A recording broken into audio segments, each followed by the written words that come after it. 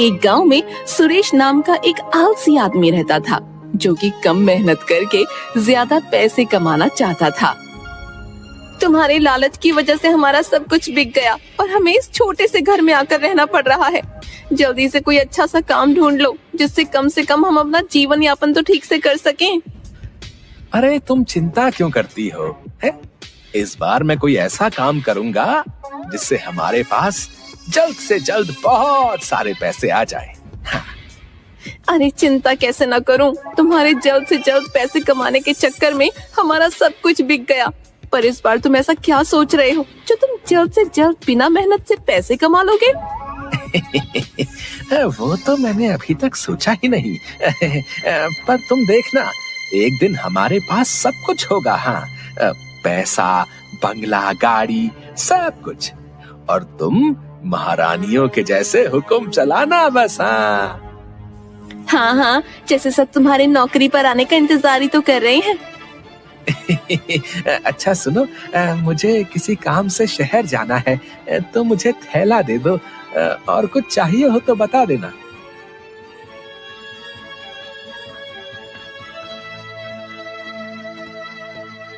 अरे अब तो मैं बहुत ही थक गया हूँ।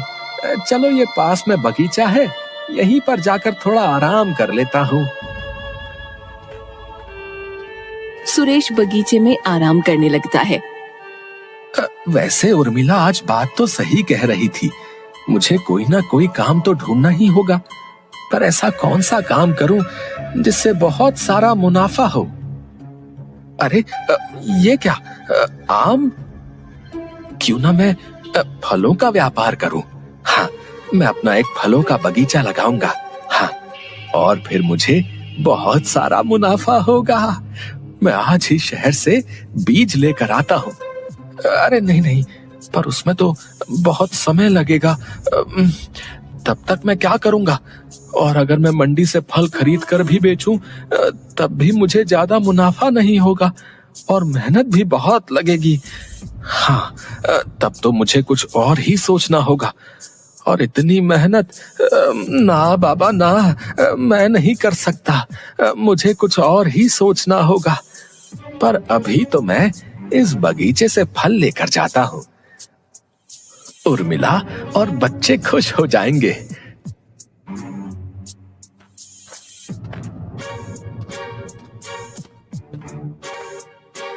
अरे उर्मिला, बंकू, देखो मैं तुम्हारे लिए क्या लेकर आया हूँ। अरे वाह पिताजी, आप मेरे लिए इतने सारे फल लेकर आए हो। रात में सुरेश पलंग पर लेटा होता है, तभी उसे एक तरकीब सूझती है।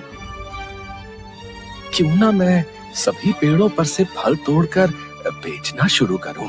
और वैसे भी एक पेड़ पर इतने सारे फल होते हैं, मैं तो तोड़ भी लूंगा तो किसे पता चलेगा। हाँ, मैं कल से ही ये काम शुरू करूंगा। हाँ।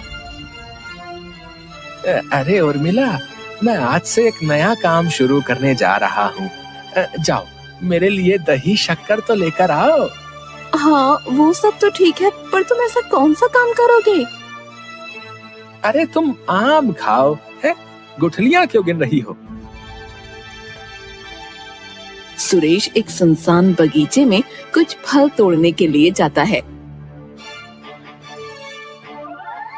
चलो, आज का काम तो अच्छे से हो गया और कोई दिक्कत भी नहीं आई। अरे कुत्ते, ये कुत्ते यहाँ क्या कर रहे हैं? भागो भागो यहाँ से, हुश हुश। तभी कुत्तों से बचकर सुरेश भागने लगता है। जैसे तैसे उनसे बचकर वो घर पहुँचता है। आज तो बाल बाल बच गया, नहीं तो ये कुत्ते मेरी जान ही ले लेते। अरे उर्मिला, दरवाजा खोलो भाई। अरे ये क्या हालत बना कर आए हो और किससे मार खा कर आए हो? बताओ, ऐसा क्या काम कर रहे हो जो लोगों की मार खानी पड़ रही है? अरे वो मेरे पीछे कुत्ते पड़ गए थे, उनसे बचकर आया हूँ। अब हटो यहाँ से, तुम्हें तो मेरी कुछ पड़ी ही नहीं है। अरे अब मैं ऐसा क्या करूँ जिससे कि मैं अमीर बन जाऊं? अगर मंडी से फल लेकर आया तो बहुत ही महंगे पड़ेंगे। तो अब मैं ऐसा क्या करूं जिससे सांप भी मर जाए और लाठी भी ना टूटे? पिताजी, आप इतने मीठे फल कहाँ से लेकर आए? अगर मैं फलों का व्यापारी होता तो आपको इन फलों के दुगने तिगुने दाम दे देता। हाँ, इतने स्वादिष्ट फल तो मैंने आज तक नहीं खाए। और वहाँ से चला जाता है। हाँ, साहबजादे को बात बनाने को बोल दो बस। इतना आसान होता है क्या व्यापार करना जो दुगने तिगुने दाम दे देता? क्या दुगने और तिगुने दाम दे देता? हाँ, अब मुझे समझ में आ गया है कि मुझे क्या करना है। अब से मैं ऐसे ही पेड़ों पर से फल तोड़ तोड़ कर बाजार में बेच आऊंगा। वैसे भी एक पेड़ पर इतने सारे फल होते हैं, तो अगर मैंने कुछ फल तोड़ भी लिए तो किसे पता चलेगा। वाह सुरेश वाह, क्या दिमाग लगाया है तूने।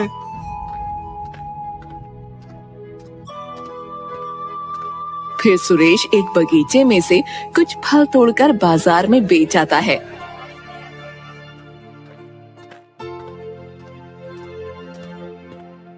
उर्मिला, अरे ओ उर्मिला। अरे क्या हुआ? कोई कुबेर का खजाना हाथ लग गया है क्या, जो इतने चहक रहे हो? खजाना ही हाथ लगा है समझ ले। तू बोल रही थी ना कि घर का खर्चा बहुत मुश्किल से चलता है। ये ले पैसे और तुझे जो चाहिए ले लेना है। इतने सारे पैसे कहाँ से लेकर आए आप? कहीं चोरी तो नहीं की ना आपने, या किसी की जेब काटी या खून? बोलो, कहाँ डाका मार कर आए हो? अजीब बीवी है मेरी। एक तो पति बाहर से थका हारा घर में आया है और ऊपर से तुझे थानेदार की तरह सवाल करने से ही फुर्सत नहीं मिलती। चल जा और मेरे लिए खाना लगा दे। अगले दिन सुरेश मार्केट में चुराए हुए फल बेचने जाता है।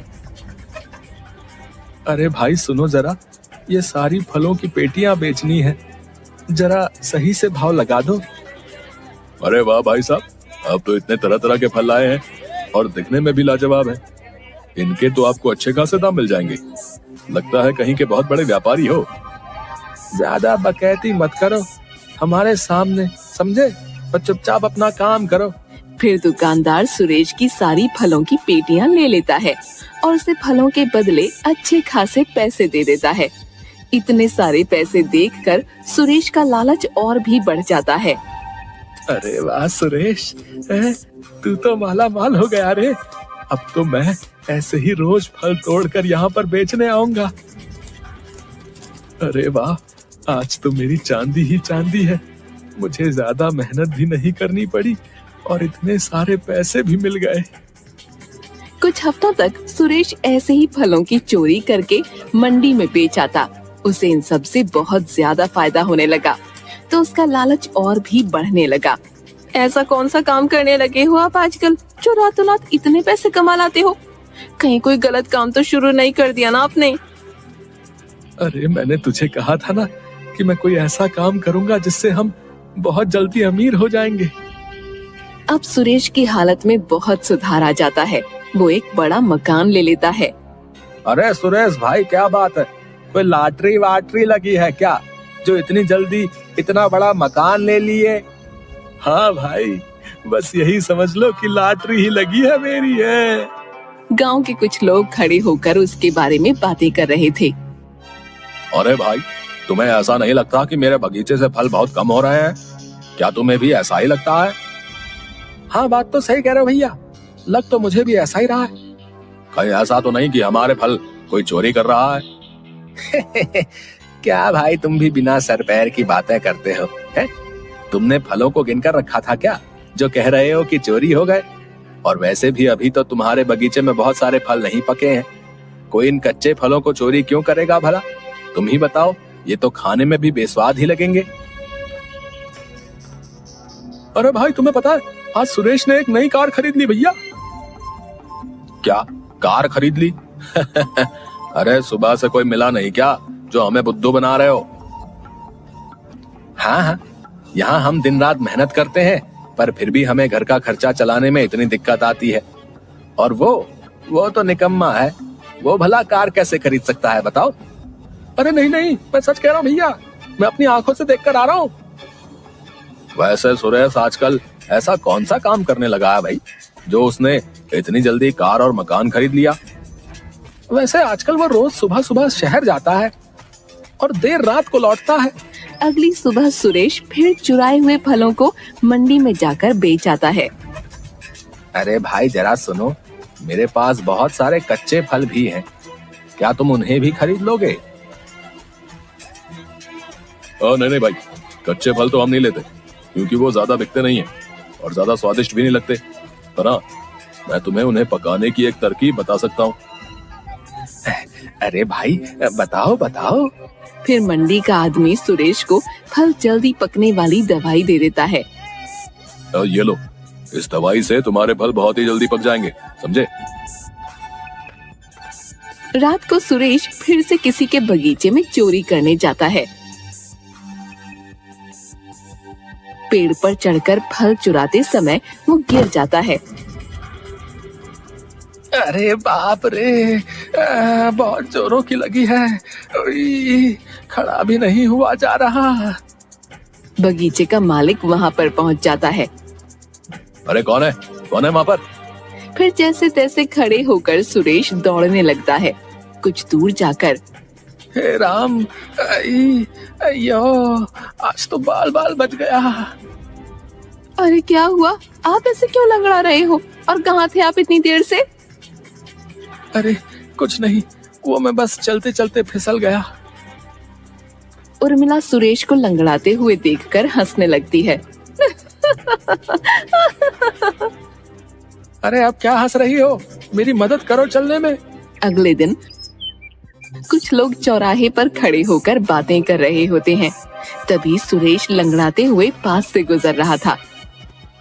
अरे सुरेश, क्या हुआ भैया? ऐसे लंगड़ाते हुए क्यों चल रहा है? अरे कुछ नहीं भाई, वो कल चलते चलते पैर फिसल गया था तो लग गई। रतन को सुरेश पर शक होता है। ये सुरेश तो कल रात वाले चोर जैसे ही चल रहा है। कहीं ऐसा तो नहीं कि सुरेश ही मेरे फलों की चोरी कर रहा था? पर अगर मैं ऐसे ही कहूंगा तो कोई भी मेरी बात पर विश्वास नहीं करेगा और सुरेश भी कोई ना कोई बहाना बना देगा। मुझे इसे रंगे हाथों पकड़ना होगा। मुझे कुछ ना कुछ तो सोचना ही होगा। रात को सुरेश फिर से रतन के बगीचे में चोरी करने के लिए पहुंच जाता है।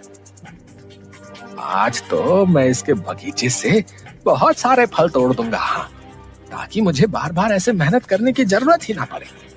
और वैसे भी आज तो मैं फलों को पकाने वाली दवाई भी तो लेकर आ गया हूँ, तो बस उसे इन कच्चे फलों में डाल दूंगा।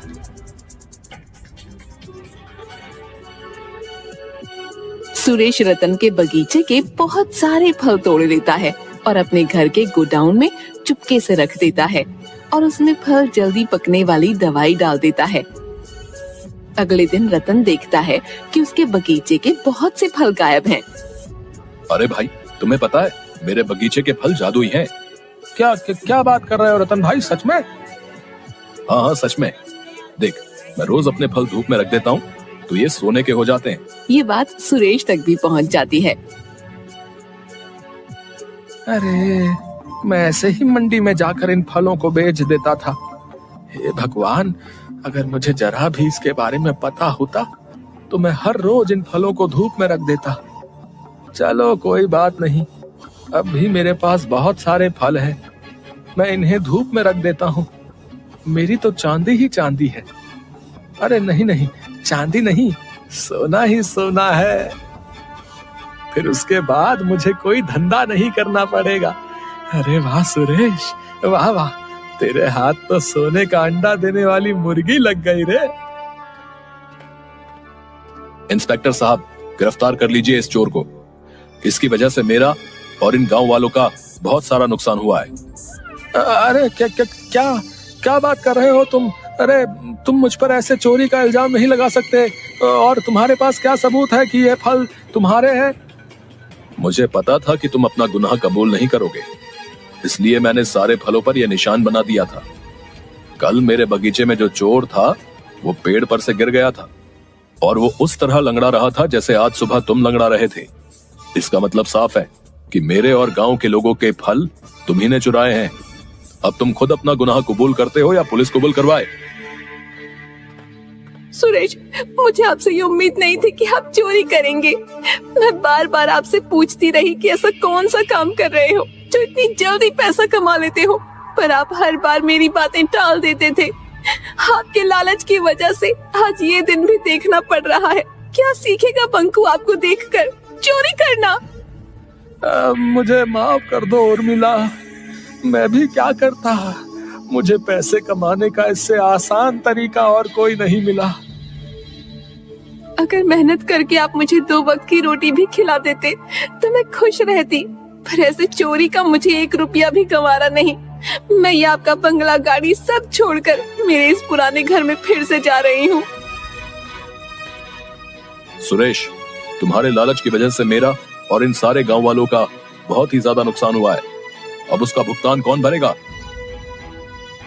मुझे माफ कर दो भाई, अपने लालच की वजह से मुझे कुछ समझ में नहीं आ रहा था, पर अब मुझे अपनी गलती का एहसास हो गया है। मुझे एक और मौका दे दो, मैं कभी भी गलत काम करके पैसा नहीं कमाऊंगा। सुरेश अपनी गलती पर बहुत ज्यादा शर्मिंदा हो जाता है। तुम्हें देखकर तो दया छोड़ो, 2 थप्पड़ और मारने का मन करता है, लेकिन तुम्हारी बीवी और बच्चों पर दया कर रहे हैं। अगर आइंदा कोई ऐसी हरकत की तो माफी का कोई मौका नहीं मिलेगा, याद रखना। हाँ भैया, मैं वादा करता हूँ कि मैं मेहनत करके ही कमाऊंगा और अब से जल्दी पैसे कमाने के बारे में नहीं सोचूंगा भैया।